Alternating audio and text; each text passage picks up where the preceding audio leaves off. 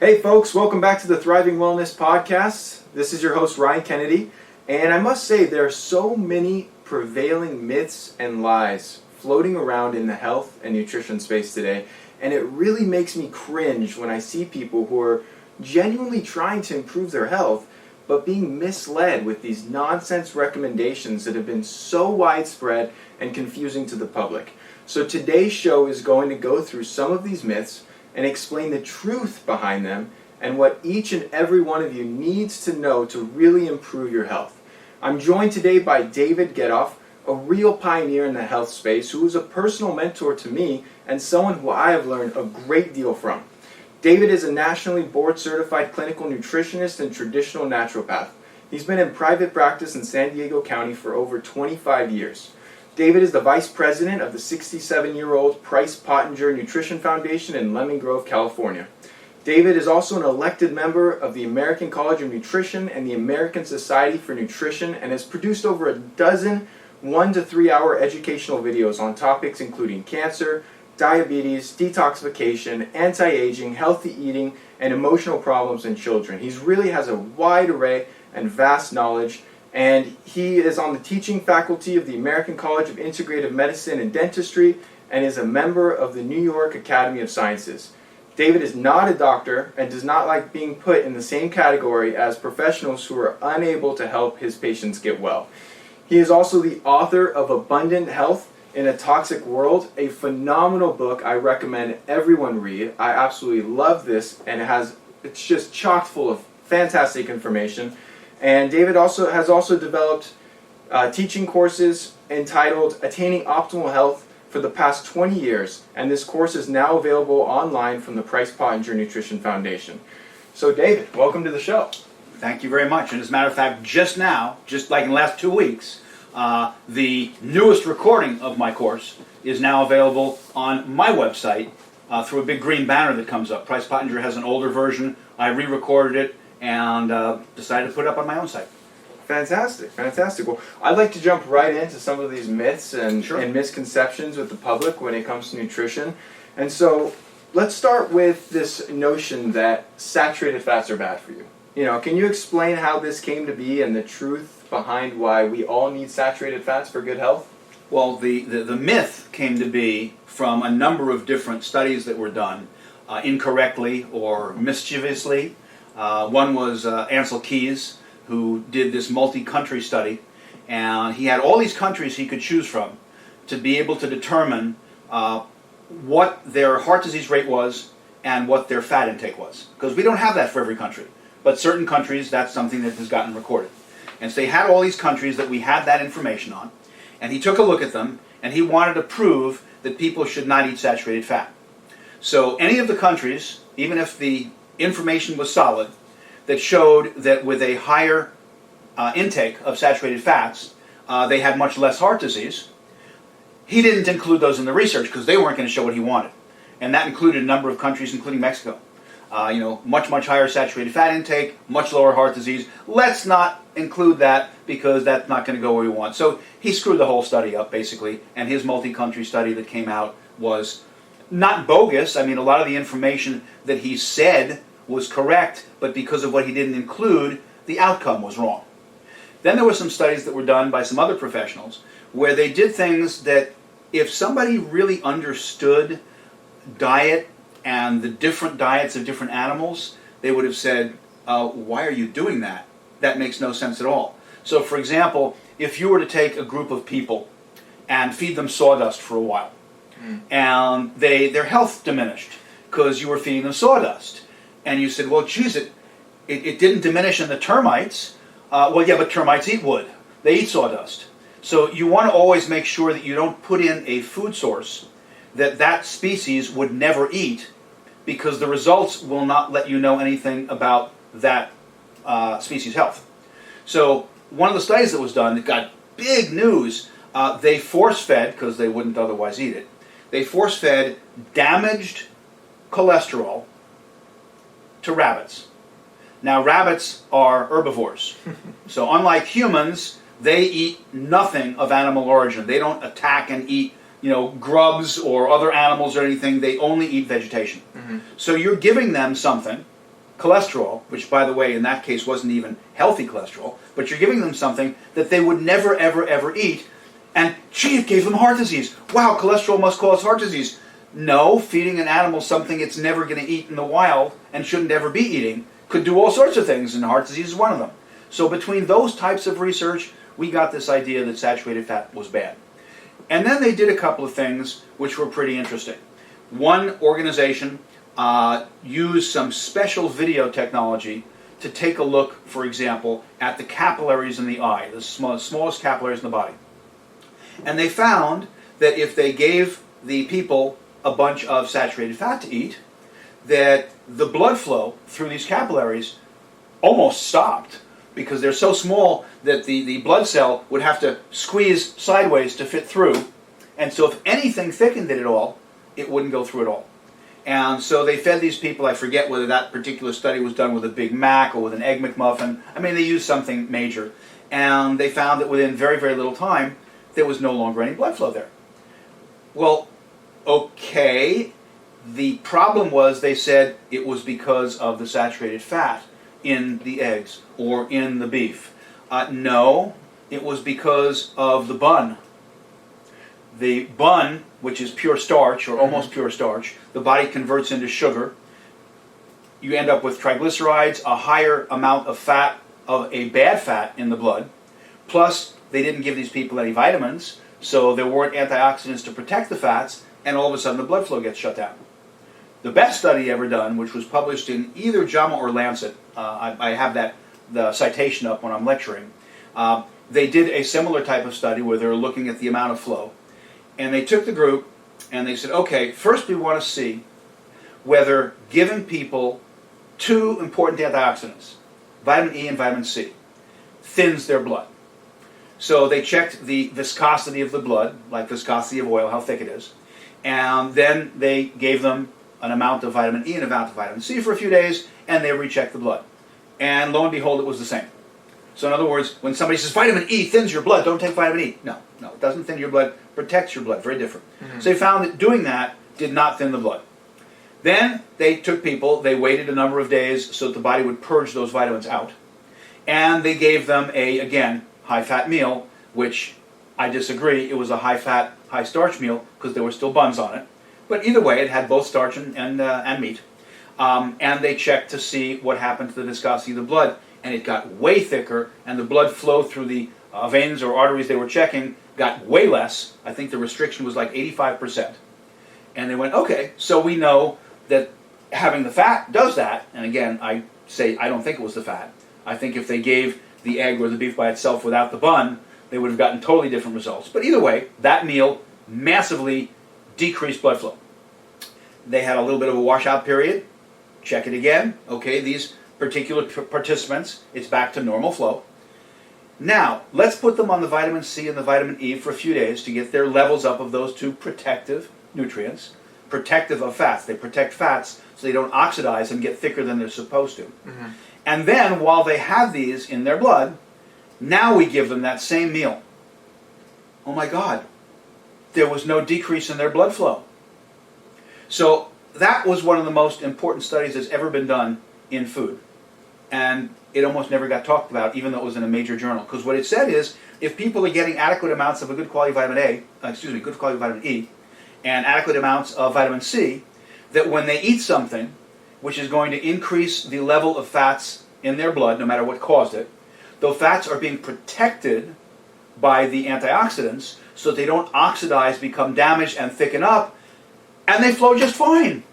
So in other words, a fair amount of our problems aren't just from the food we're eating, but from our lack of different protective nutrients to have that food not hurt us. Pretty long answer to a short question. No, but that makes total sense, and that's something I learned from you, is the importance of these antioxidants when you're consuming lots of healthy fats. So on that topic, can you discuss which fats are healthy and should be used and which ones should be avoided? Because it's not quite so simple as telling people, go out and eat lots of dietary fat, because our food system has destroyed and manipulated a lot of the oils that are being sold to where they're actually extremely harmful to the body. Very, very true. Well, one way to look at it, which sometimes some of the better scientists do look at, is there a time where we had recorded history, because if there's no record, if it's hieroglyphics on a wall, we don't know what was really going on. There's a time in recorded history where we can look back and say there was almost no heart disease, there was almost no cancer, there was almost no diabetes, and we knew what people were eating. And there is.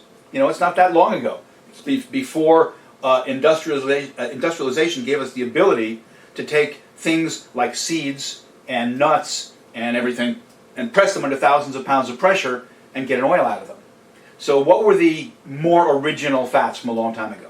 So number one would have been every fat that was on or in or around every animal that was out there wild eating what it was supposed to be eating. So whatever birds, whatever fish, whatever land animals, if they were eating what they were supposed to be eating and not in a corral being fed by humans, trying to get them fat as fast as possible because it makes it cheaper if we have to deal with them for less time. So they're eating what they're supposed to be eating. People ate all that fat. Now, what might surprise some of your listeners is that they know from analyzing bones and DNA and all sorts of other things they can do that these people, and for looking at some of the tribal populations that are still eating in a similar way, well, much less of them now, that they treasured fat. They actually wanted the cuts of meat that were a fattier cut. So, for example, we have names for them. They probably didn't have a name for them. So, for example, if I say filet mignon and I say chuck steak, most people are going to know, well, filet mignon is the really expensive, delicious, tender part, and chuck steak has got much more fat in it, and it's the cheaper part. They would eat the chuck steak and feed the filet mignon to their dogs because the filet mignon doesn't have enough fat in it to sustain their energy. And as long as the animal's eating what's supposed to be eating, those fats are very, very good for us. So they would eat lots of the fats that are in there. So any fat that's on an animal, bird, fish, whatever, that was eating its, I call it species-specific diet, I made up a term, those fats are good for you and never caused any problems because we didn't have those problems. And then people will say, so I have to interject this, well, yeah, but we used to have an average life of 40 years old back then, and now we live to be 70 and 80. That is using the term average to mislead the public. Because if you have 3 people, one lives to be 50 years old and dies of whatever reason, maybe he gets in a car accident. One dies 2 days after it's born, and the second lives to be 100.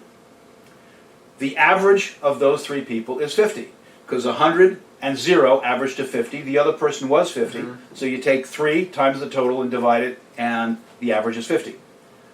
But one person died after 2 or 3 days of being alive. One person lived to be 100. So saying we studied these 3 people and their average life was 50 totally misleads everybody listening to you. That's the way they're using the word average, because so many people died in the first couple of years of their life because we didn't know to wash your hands before you birthed somebody. So lots of infections. We didn't know that you could put direct pressure on a wound and stop the bleeding. We didn't have paramedics. We didn't have EMTs. So lots and lots and lots of people didn't make it to their 20th birthday, but not because of their health or the food they were eating, but because of an infection that we couldn't control or because of an accident and they bled to death, whatever. So that had nothing to do with their foods.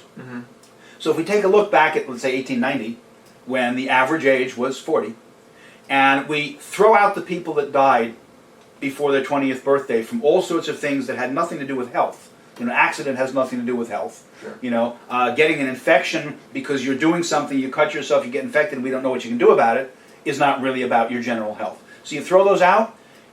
What were the average ages that those people now live to that already made it to 20? 70s, just like today. So we're misleading when we say, well, yeah, but they didn't live as long back then. So forget about that part. So again, what fats did we eat during this time that we had almost no heart disease? And I speak to 70 and 80-year-old doctors, some of them retired.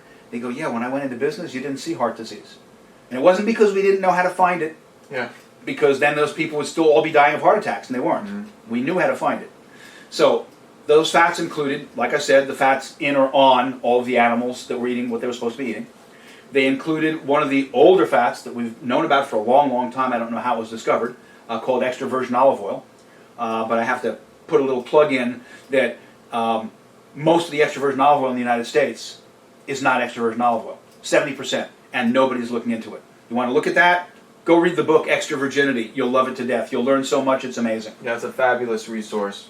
Yeah. So extra virgin olive oil, if you can get a really, really good one. Go to, let's see, Bariani is a really good one. If you go to the olivepress.com, they research all their olive oils are really good. So just to give you some names. So we got extra virgin olive oil. Lard, which is from pigs. Mm-hmm. And lard is only a problem if they're the wrong pigs. They're not the old varieties of pigs. They're the new hybridized ones we have that have no hair. They're totally slick. They're being fed slop all day because they'll eat it, so it makes it cheaper. So they're being fed wrong, they're being cooped up, and they're not the original varieties of pigs. Mm-hmm. So as long as they are, I call it heirloom lard. That's totally fine for you. Coconut oil, very, very healthy. Been used in the tropics for forever, before we ever had any of these problems. Palm fruit oil, bright orange palm fruit oil, very, very good for you. Butter, if the cows were out there grazing on grass, so grass-fed cows equals healthy butter. Ghee, G-H-E-E, which is what they use in India a lot, made from, again, grass-fed butter. Those are the ones that are really, really, really good. And people will say, but just look at the saturated fat. I mean, I love this argument. It makes me laugh every time. Just look at it. I mean, take a look at a stick of butter. Take a look at a hunk of lard. Of course, it's sitting there thick. Of course, it's going to clog your arteries up. And I go, okay, so because it looks right now, sitting in the room, like it's going to clog your arteries up, you think that after you chew it up, digest it, and it gets all the way down with all the things the body has to do, it's still going to look like that? You better stop eating broccoli. Yeah, that's oh my God, broccoli is way harder and thicker than the fat. You better stop eating asparagus. You better stop eating all the things they're telling you to eat because they're even harder than... No, it doesn't matter because of the digestive process. Yep. So those are the few that are really the healthy ones. And there are a couple of others if you get them from the right companies. You know, the companies that check the temperature of every fat that's being pressed out. So we've got Omega Nutrition does that, Rapunzel Organics does that, and Flora Health does that. All of their oils are pressed at 120 degrees Fahrenheit or below. And so as long as it's not a bad oil, so like if they're selling canola oil, that's still a genetically modified fat and nobody should eat it. Mm-hmm. But if it's going to make them money to sell it, they might low temperature process it. You still shouldn't eat it, but they are selling it. So I'm not saying everything they sell is fine. Cottonseed oil is another horrible one because unless any of your listeners happen to be a boll weevil, which eat cotton, unless that's what they are instead of humans, cotton is not a food crop. Well, if it's not a food crop, then all of the pesticides that are allowed to be sprayed on ornamentals but can't be sprayed on foods, they can be sprayed on the cotton. And now they lock into the oil. They don't get processed out. So it can be a really toxic oil. So there are a lot of bad ones. It would take us way longer to go over the bad ones. I happen to like walnut oil, but it has to come from either one of those three companies or La Tourangelle, which is a French company, because if it's processed correctly, it's a delicious oil. And by the way, if somebody says, delicious oil, I've never had a delicious oil. I've used cottonseed oil and corn oil and canola oil and soybean oil, 4 oils I wouldn't touch. And they don't really have a flavor. They just have a texture. That's because the flavor has been burned out of them in the processing to get rid of all the parts that let you know it's gone rancid. If you don't do that, then the well-made oils, like La Tourangelle's toasted or roasted walnut oil, people will taste that and go, oh my God, did they add a walnut flavor? No, that's from the walnuts. They just didn't burn it out. And the same goes with olive oil. You know, most people are conditioned to think olive oil tastes like this bland nothingness. When you have real olive oil, like you mentioned, Bariani's a brand I love. It's peppery. It has a lot of distinct flavor notes. Oh yeah, it has a bite on your throat as it goes down. And some people that don't know any better will say, I don't know, maybe this company makes rancid oil, I better not get it again. No, they leave everything the way it's supposed to be. That stuff that's biting your throat and tasting peppery, that's the part that the research has shown means that the oil is beneficial for you and is helpful for heart disease. Yep.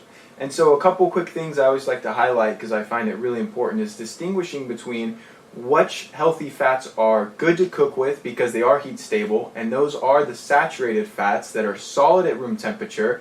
So things like beef tallow and lard and grass-fed butter and ghee and coconut oil. And then other oils that may be healthy like extra virgin olive oil shouldn't be used to make a stir fry or at high heat temperatures because it will become damaged. Now one that is very controversial when it comes to this cook with it or not cook with it topic is avocado oil, because it has a very high smoke point, but it's also an unsaturated fat. So what are your thoughts on cooking with avocado oil? What people that are promoting avocado oil for cooking and saying it's good for high temperature, they say it has a high smoke point. And that's the point at which if you've got something getting up that temperature, you start to see smoke coming out of it. The problem is that I've never seen any research to validate that you can't hurt an oil that isn't yet smoking. And so I am convinced that it's very possible that a lot of the molecular structure of that oil is damaged, but it's not smoking yet. That's just another trait. And so I want the ones that have been used for a long, long time, and avocado oil is a newer oil. It hasn't been. So I'm going to stick to, if I'm going to use avocado oil, it's got to be an avocado oil that's never had sex. It has to be extra virgin avocado oil. And I want to use that for maybe salad dressing because it's avocado flavor, or maybe I'm going to add it into some mayonnaise I'm making, but I won't use it for cooking. For cooking, for high temperature, like you said, we want the saturates, and that would be lard, beef tallow. Ghee is a great high temperature oil. I like that one a lot. And palm fruit oil. Butter, any of you that have used butter in a pan know that it starts turning brown. That's because you're damaging it.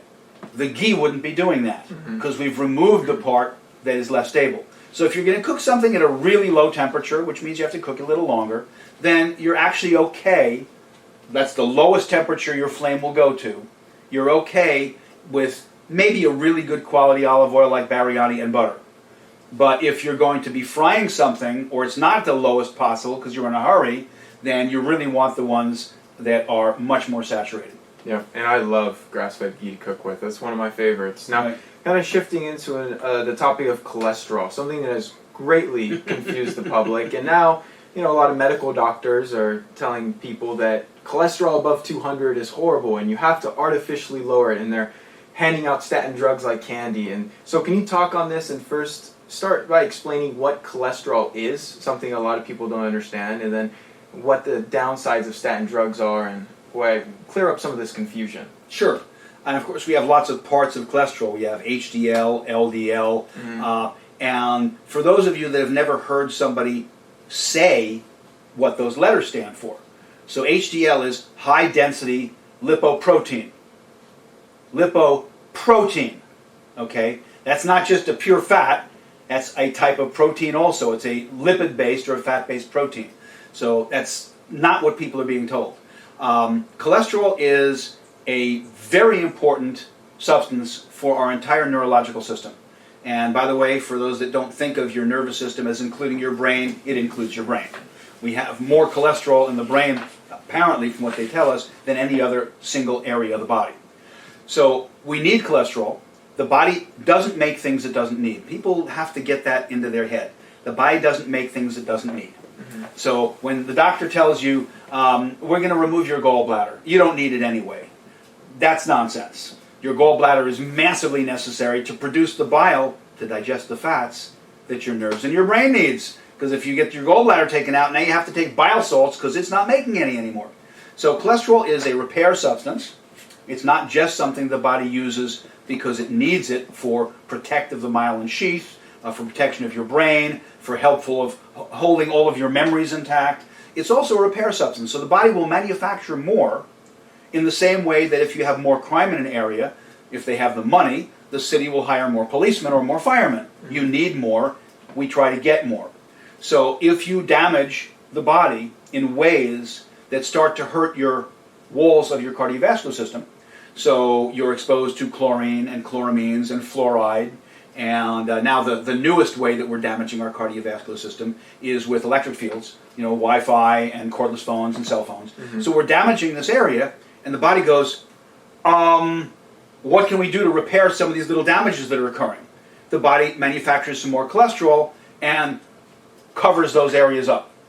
And so somebody would say, well, but they did an autopsy on my father when he died of a heart attack, and they said, oh yeah, there was lots of cholesterol inside his arteries. It was because he ate too much fats. No, it was because he ate the wrong fats. He ate too much starch, sugar, and alcohol that the body turned into the wrong fats or too much of them.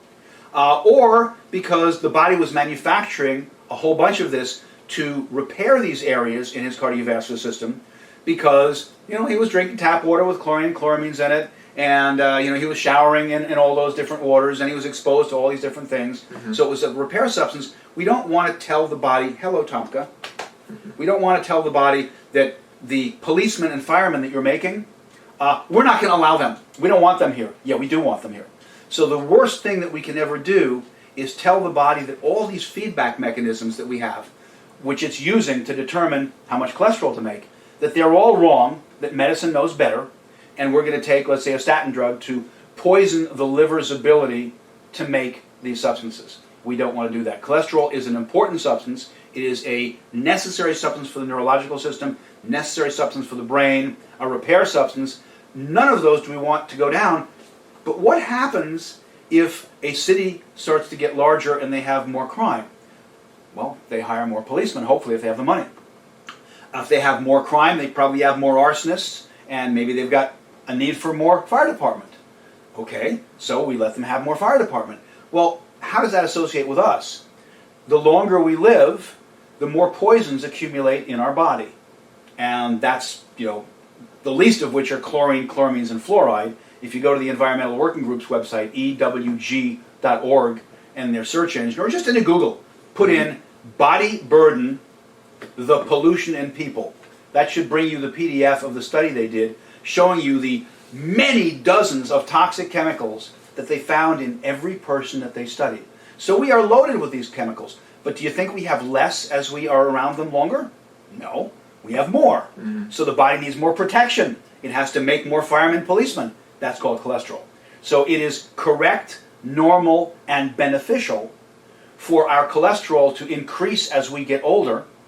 And if it's not increasing, unless the reason is because somebody's become a healthy fanatic and everything's organic, they no longer have wireless in their house, all the foods they're eating, like their beef and lamb, are grass-fed, okay, then maybe they will be exposed to a lot less and their body won't need as much cholesterol, it won't go up as high. But I want it to be where your body wants it to be, and I don't test my cholesterol, because I really don't care where it is, it doesn't matter, it's where it's supposed to be. But every once in a while I run a blood panel on myself, and because it's so important to the doctors, most of the panels include a lipids panel, and so there it is. So last time I looked at it was 253, which is totally fine. I wouldn't do anything to change it. And that's so important for people to understand, that your body really knows what it's doing, and by trying to outsmart it, by giving it this pharmaceutical agent, is a terrible, terrible idea, especially when it is this protective substance.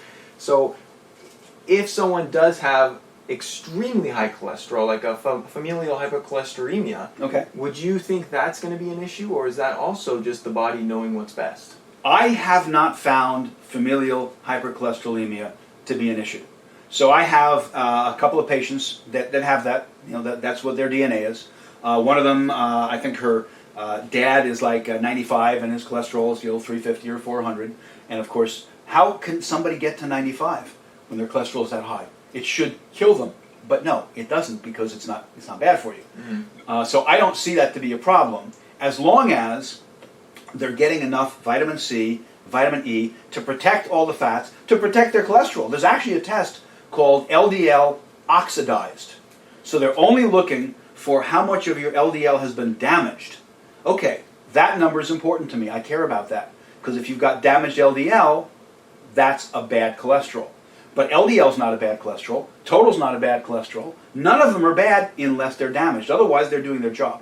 Yeah, and it is also important to note that low cholesterol, meaning below 180 or below 200, actually increases your chances of all-cause mortality. And there's been some good research demonstrating this. So I wouldn't want low cholesterol, because it's not a good thing, like a lot of the medical community will say it is. Much higher rates of cancer as Yeah. the cholesterol goes down.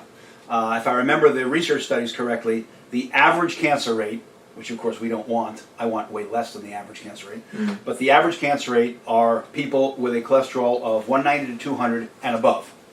As soon as it gets below 190, your cancer rate goes up. When it gets below 160 and below, the cancer rate goes up demonstrably. And 140 or below, where the doctor would be super happy, the cancer rate goes really high. So, right, you don't want to do that. And as you say, all-cause mortality, which is the only mortality that's important.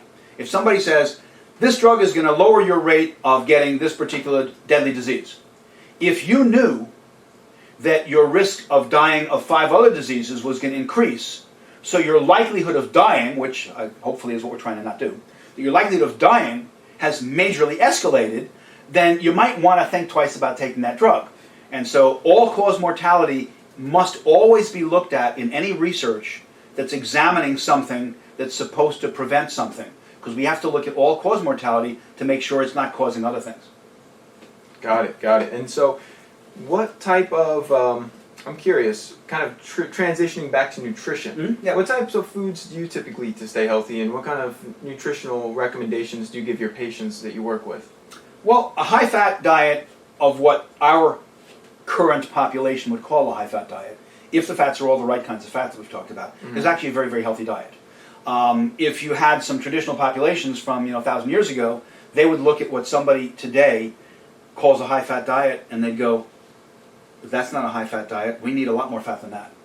But we call it a high-fat diet. Yeah. So I would eat what most people call a high-fat diet. So my breakfast, and it varies. It could be some leftover beef or lamb, grass-fed. Could be a smoothie like I had this morning. So this morning's smoothie, for example, was 24 ounces of double-fat raw whole milk. David, what's double-fat milk? Well, we're in the United States. In the United States, in order for milk to be called whole milk, it's required to have 3.25% butterfat. The milk that I just drank this morning had about 6% butterfat, so I call it double. It's twice as much as what they would call whole milk. I get raw milk because in California it's legal, and that means they haven't cooked it, otherwise known as pasteurization, which kills all the enzymes, so it's much, much healthier that way. And the cows are being raised on grassy pastures, so all the fats in there are correct. So I have 24 ounces of that. I put in either 3 pasture-raised organic eggs, or a scoop of a really high-quality grass-fed whey protein. The one I use is called Best Whey by Nutritional Frontiers. It's the best I've ever been able to find. I want a little bit of extra flavoring, so I'll either put in some organic cocoa powder, which will make it bitter, so now I have to put some stevia or Lohan or Yacon in it to make it so it doesn't taste bitter to me. I like it to taste good. And then I'll usually pick one of the fruit that's really, really high in antioxidants and low in sugar. And so that's either going to be wild organic blueberries, or blackberries, or raspberries, or elderberries, or loganberries, or one of those others. And that's my breakfast. Very high fat, adequate amounts of all the proteins, very little, no starch, very little sugar, the amount that was in the milk. Yesterday, my breakfast was the other one that I have often. And that is, and I don't really count how many I'm putting in there, I just fill the pan up. So 4, 5, 6, 7, whatever strips of bacon. But the bacon has to come from outdoor raised pigs of what we call heritage or heirloom varieties. Those are the ones that they haven't bred them to get gigantic and be hairless. These are hair-covered pigs.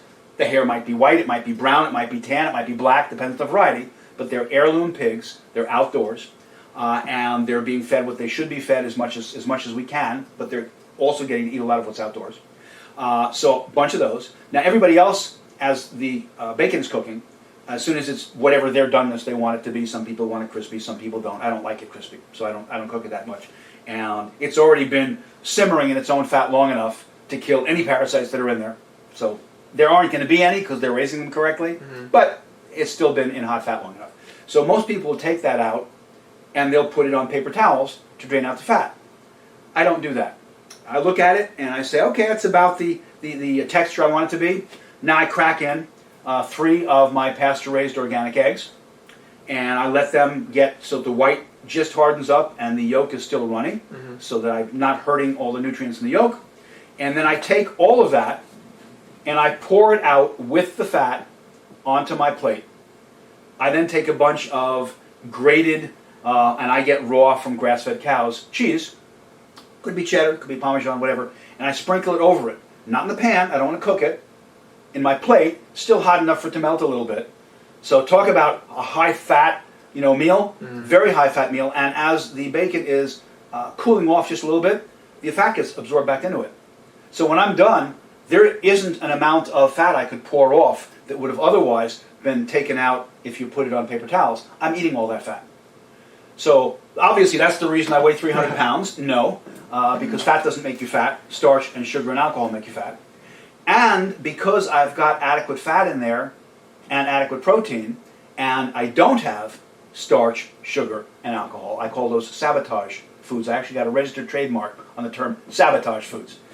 Because those are not in there, when I finish one of those meals, I'm not hungry for between 6 and 7 hours.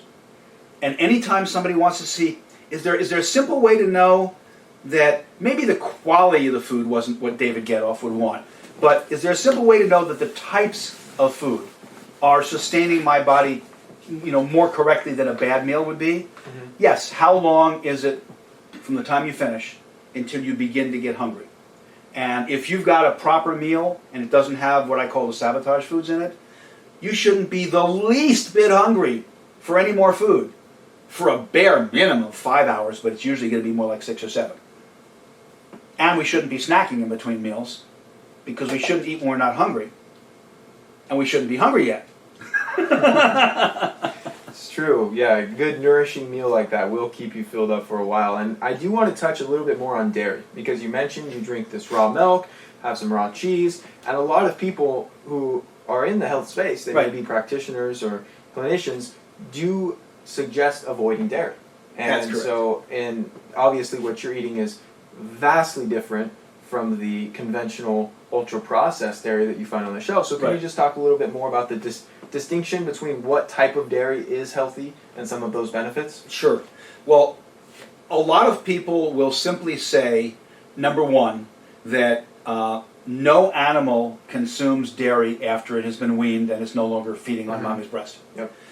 So I always start with that one because I like that statement that no other animal does this, because I'll stop the person, I'll say, wait, before we go any further, are you saying that if there's something that humans do that no other animal on our entire planet does, we better look at that again because maybe we shouldn't do it? And of course the person will say, yes, that's what I said.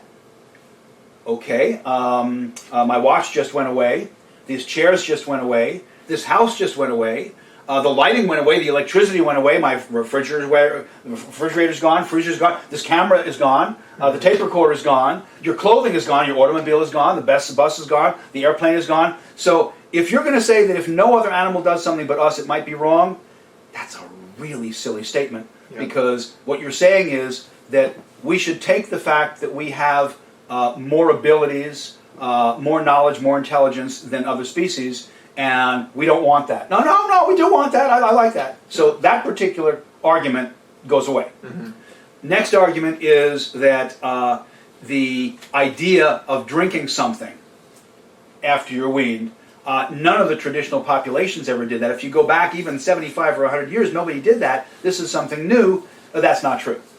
The Maasai have been drinking blood and raw milk from their animals for thousands of years. The Hunzas have been using that and culturing it and using dairy products for thousands of years. It just depends on where you are of what you're doing. But it turns out that one of the healthiest things that somebody can consume, unless they're allergic changes everything. I don't care what it is. If somebody says, I love beef, and the other person says, when I eat beef, I get a rash. Okay, well, first try some grass-fed beef that's cooked rare and see if you still get the rash. You might not. But otherwise, avoid beef. Mm-hmm. So if allergy is there, it's different. But the vast majority of people, if I just say, when's the last time you had some raw animal protein? They would look at me like, excuse me? Why would I want to eat raw animal protein? Are you trying to get me sick? And my answer then is, okay, so you've never heard of carpaccio, steak tartare, ceviche. These are all raw animal proteins. And most people have never had any of them, but in other parts of the world, those are delicacies. And at the better restaurants, they always serve them. Yeah. So a lot of people have never had a raw animal protein. Therefore, they've never had an animal protein where its entire complement of amino acids and fatty acids have not been hurt by heat. And although some people will not eat steak tartare, and they will not eat carpaccio, and they will not eat ceviche because they're raw and they're afraid of them. If they're good quality, they're totally fine, and I love them. But milk, somehow or other, well, yeah, if you can tell me it's clean and there's no bad bacteria in it, okay. And so now all of a sudden we have a raw animal protein that more people are willing to try, and they start getting benefits because their body's never had any raw animal protein. I want all those amino acids in there undamaged. I want all those fatty acids in there undamaged. If the cows are eating grass, then it's got a lot of conjugated linolenic acid, CLA, in it. All sorts of things that wouldn't be in there if they're raw. So I absolutely promote the ingestion of grass-fed, raw, organic dairy products. But in a lot of places you can't get them. Yeah. California is one of the few you can. In some other states, in New Jersey, if you know where to go, you can. In some states, they have cow share programs where you have to own part of the cow and then you're getting something that's really yours. There's all sorts of different ridiculous things that go on. But if you can get it, and if you know that they're outdoors, they're grass-fed, they're being properly raised, they test them for various different diseases, it's the healthiest stuff there is. And people say, what does raw milk taste like? Tastes like milk. Yeah. Tastes delicious. I'm a huge fan of raw milk, and you turned me on to it years ago, and I consume raw grass-fed goat's milk and even some cow's milk on a pretty regular basis. And on the topic of raw animal protein, I find it so interesting how many people will go out and eat garbage farm-raised fish that's raw at a sushi restaurant without even blinking an eye, but when I tell them I put raw pastured eggs in my smoothie, they think I'm nuts. And it's really interesting when you start to analyze that you know, the way kind of people have been programmed to think, yeah, eggs and meat are so dangerous when they're raw, when really one of the best things I eat that really makes me feel like $1,000,000 is raw grass-fed beef liver. Mm-hmm. It's absolutely fantastic. Yep, absolutely. I had a woman once who I kept on telling her that she really needed to put some raw eggs in her smoothie. And she would put in the grass-fed whey protein. I said, that's great, but that's a powder out of a can. Yeah. I'd rather you crack in 3 raw eggs. And she said, I can't get over, I mean, the Department of Agriculture and the FDA and my doctor, raw eggs, what are you trying to give yourself an infection? And then one day she finally decided to do it. And I, get back to my office, listen to my voicemail messages, and here is her voice saying, I just want to let you know that I finally decided to put 1 raw egg in my smoothie, and I got such horrible diarrhea, I will never do it again. And I'm thinking, I know the egg didn't cause that if she got a pastured organic egg, but I'm never going to be able to convince her that. And then about 5 messages later, it's her again. I'm sorry. I just found out that the 2 couples that we went to dinner with at a Chinese restaurant all had massive diarrhea. It was something that we shared at the Chinese restaurant. It wasn't your egg. I'm sorry. What a surprise. Oh, man. Well, David, you are such a wealth of knowledge, and I know we could chat all day, but I want to let the audience know where they could find more about you. So what's your website, and where could they go to learn more about this information? Sure. Easiest way to get to my website is my name. David, everybody has no problem spelling the word David. Mm-hmm. Get Off, which really is my last name, people seem to think because it's a name, they must have done something to change it. And so they don't spell it correctly. I mean, everybody knows how to spell get and everybody knows how to spell off. But they put in David and then they misspell get off. They add another T. They take off one of the F's. They put an H in the middle. And then they say, your website isn't up, I can't find it. How'd you spell get off? David Getoff, GETOFF.com, will redirect you to the website, which is naturopath for you. After that, you can save it and you'll see that it's actually naturopath for you. But rather not try to remind you how to spell naturopath. Is it Y-O-U? Is it the letter U? Is the 4 the number 4? Is it F-O-R? Is it F-O-U? Put in davidgetoff.com, it'll get you there. Okay. And if you want to take any of my courses, there's a big green banner a couple inches below on the homepage. And it says Nutrition Education Association, Educational Videos by David Getoff. You click on that, it brings you there. And every once in a while, and believe me, I mean once in a while, some of my subscribers go, don't you ever contact us with something? Every once in a while, I say there's something so important I want to let everybody know. So if you want to be in there, so when I send it out, not daily, not weekly, not even monthly, then go down to the bottom and fill out the subscriber area, and if there's something important, you'll be notified of that as well. And I will say there are a number of fabulous articles and videos on David's website that you can go on there and learn about a whole wide array of topics in regards to health that I highly urge you to check out.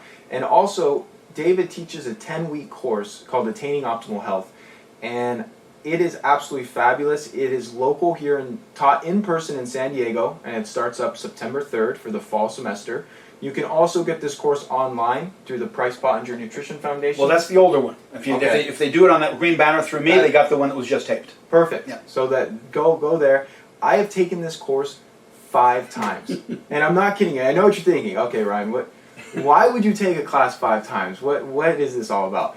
Well, there's so much incredible information in this 10-week course on so many topics, and David is a constant learner. So he's always going to the latest scientific symposiums and conferences and updating the course and adding more information, and so I'm constantly learning from this guy, and I love going up to him after class, asking him questions. So it has been the biggest influence on my learning curve when it comes to what I know about health and nutrition and getting people well, and so I highly, highly recommend every single one of you that wants to improve your health or help other people in your life, if you're a practitioner or a nutritionist or a health coach, take David's course. And at the very minimum, buy his book, which is a great read, and it's called Abundant Health in a Toxic World.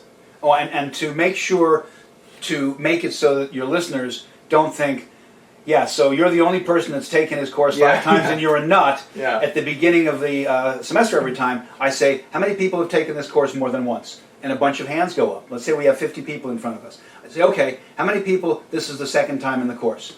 1 or 2 hands. Third time, 2 or 3 hands. Fourth or more, 5 or 6 hands. Anybody that's taken it at least 10 times, sometimes it's a couple of hands. So you're not the only one. Oh, yeah. And they always say, it's so much information, I want it reinforced, and you're not an automaton, you're not a robot, you bring new things in, I want to hear those too.